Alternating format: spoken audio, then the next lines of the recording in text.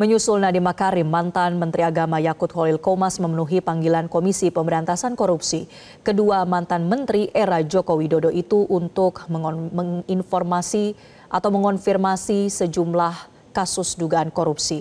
Dan informasi selengkapnya sudah bergabung bersama kami Jose Nicole dan Rifki Adi dari Gedung Merah Putih KPK. Selamat siang Jose, bagaimana keberlangsungan pemeriksaan? Kita mulai dulu dari mantan Menteri Agama. Sudah sejauh mana pemeriksaannya?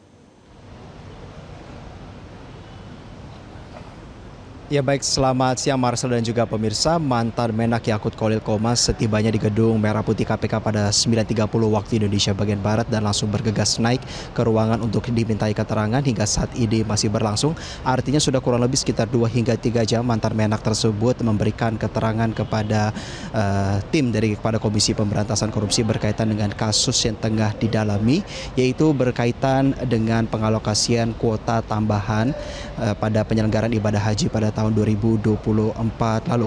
Ada beberapa informasi dapat kami sampaikan Marcel. Yang pertama, bahwa kami sempat mendapat keterangan daripada juru bicara Yakut Khalil Qomas yang juga menjadi jubirnya saat menjabat sebagai Menteri Agama, Ana Hasbi, mengungkap bahwa hari ini Yakut Khalil Qomas tiba di Gedung Merah Putih KPK untuk memenuhi undangan daripada Komisi Pemberantasan Korupsi dan hanya membawa sebuah lembaran kertas SK penetapannya sebagai Menteri Agama.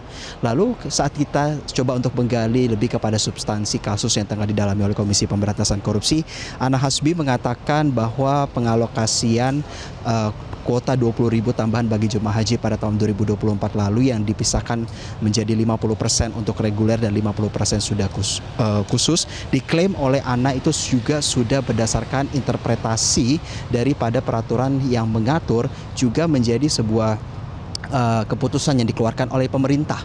Disebutkan pemerintah, tidak hanya Kementerian Agama pada saat itu. Dan hal-hal yang berkaitan lainnya dengan apakah itu juga ditujukan kepada agen travel tertentu, Ana enggan mengungkap karena itu sudah mulai masuk kepada substansi perkara.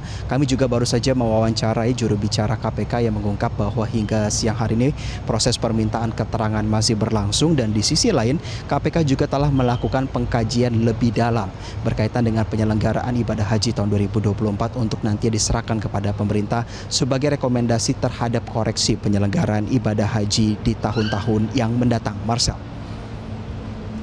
Baik, kemudian Jose, bagaimana dengan pemeriksaan Nadiem Makarim? Apakah masih berlangsung sampai saat ini dan apakah sudah ada keterangan yang diberikan oleh pihak kuasa hukum?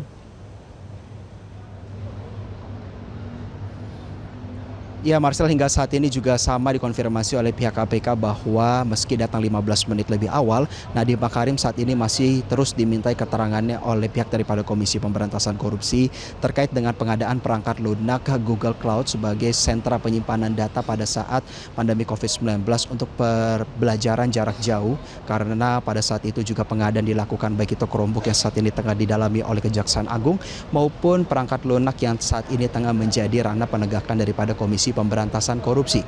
Kami juga sempat menanyakan kepada pihak KPK berapa total potensi kerugian negara yang dialami berkaitan dengan pengadaan daripada perangkat lunak kali ini. Namun pihak daripada KPK sendiri belum bisa mengonfirmasi karena pendalaman masih lebih lanjut dilakukan oleh penyelidik dan juga masih terus dikalkulasi secara berkala. Namun baik itu dalam kaitannya kepada kasus mantan Menak maupun mantan Mendikbudristek ini, Marcel, dikatakan juga oleh KPK akan menjadi pendalaman yang sangat konkret dalam permintaan keterangan kali ini, terutama untuk meningkatkan status dari penyelidikan menjadi penyidikan. Apabila kita melihat kepada perjalanan daripada dua kasus ini, Marcel dan juga pemirsa, KPK sudah memeriksa sejumlah saksi, baik itu berkaitan dengan kasus kuota haji, telah memeriksa asosiasi dan juga mantan pejabat maupun pejabat yang saat ini masih aktif di Kementerian Agama, juga pihak swasta dari kasus yang setengah didalami yang berkaitan dengan perangkat lunak Google Cloud.